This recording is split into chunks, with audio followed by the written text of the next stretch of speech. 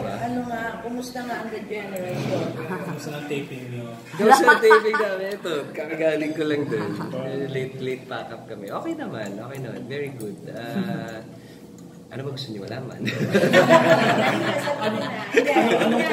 Pangilinaw lang, James. Yung balita. Ikaw ang ka-eksena. Ka-eksena. Ikaw ba ka-eksena? Siya daw eh. Alam nyo, marami kaming tulog that time. Oh. Nung nangyari yung time na yon, lahat kami tulog. Then when we woke up, nangyari na siya. And clueless kami lahat sa kung ano talaga yung nangyari. So, kung tatanungin niyo talaga kung ano nangyari, hindi ko po alam. Ano yung napack up yung taping o tuloy-tuloy pa rin? Tuloy-tuloy lang. Maraming scenes that day na wala naman pwedeng kunan naman na wala hindi siya kasama. So yun, tulog po ako nun. kahit itanong niyo po sa lahat ng tao din sa set namin, iisa lang yung sasabihin sa inyo ng mga tao, tulog si JC. At wala siya kinalaman. Bakit na naglabasan ikong ka-eksena? Yun na nga. Ay, hindi ko alam.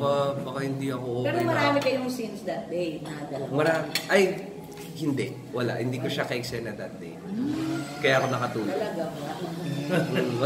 Wala kami eksena. Pero nga hindi maniwala kay JC. Saan ang reaction mo, Jace, nung nalaman mong may walkout na lang gano'n? Walkout ba ang lumabas sa set? No. Hindi naman. Ano lang? Nung nagising ako, hindi na rin ako masyado nagtanong kasi everyone was silent din about it. Kumbaga hindi siya dapat pagchismisan at pag-usapan. So hindi na napag-usapan? Hindi siya pinag-usapan talaga. And bilang malaki yung respeto natin din kay Angel, wala rin gustong magtanong kung what really happened. But nag-send siya ng text message sa lahat na she was sorry and pasensya na sa abala. So I replied personally na sabi ko okay lang, sabi ko I understand. Kung ano man yung nangyari, syempre malaking siguro yung misunderstanding or whatever. Pero tulog po ako nun. Pero Jay, may lumalabas kasi kalasigaw daw kasi si Direk Manny. Kaya, at ikaw, personally, ano yung experience? Well, ang masasabi ko dyan, hindi madaling i-mount yung mga eksena namin. Every scene that we do sa General Slaughter, mahirap talaga. So, hindi natin may iwasan na lahat nagiging emotional, nasi-stress, everyone's working under pressure. Diba? Mahirap gawin yung palabas. And masasabi ko na hindi may iwasan yung mga ganong... May time talaga. Hindi talaga may time, most of the time. Kasi nga, syempre, gusto namin pagandahin yung palabas namin.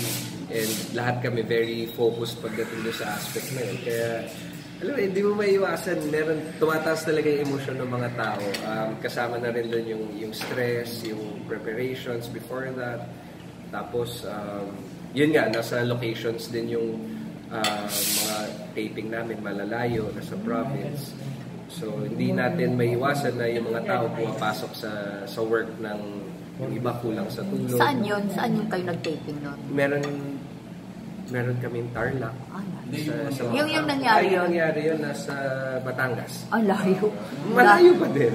So, alam mo yun, kapag yung mga staff and crew pull out time nila before taping, mga 2 a.m. So definitely walang tulog pumapasok yung mga tao. So alam mo yun, normal naman na nangyayari yung tumataas emosyon dahil nga sa stress and sa pagod. And then that time, malalaking eksena din yung kinukunan. All-star cast kami na. Diba? Nandun lahat kami. Kaya... Pero nag-resume na siya ng taping. Yeah, after that day, the following taping day, nandun na kagad siya. Nahirap na. Ano na atmosphere mo? Okay naman. Ano siya, fit to work. Nung day na yun, lahat ng eksena siya.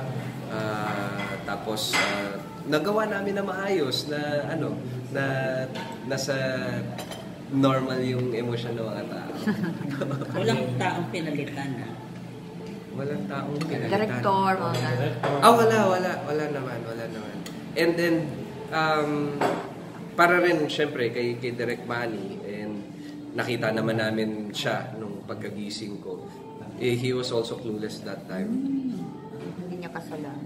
Kasi totoo ba na yung script dumarating sa mismong tape? Kasi isa yun sa sinasabi nila eh. Late. Very few scenes. Kasi nga, yung tinatakil nga namin na plot is very sensitive, and for me it's really hard. Kaya alam mo yun, mayat maya may mga revisions, tapos mayat maya meron kaming nire-research about our plot.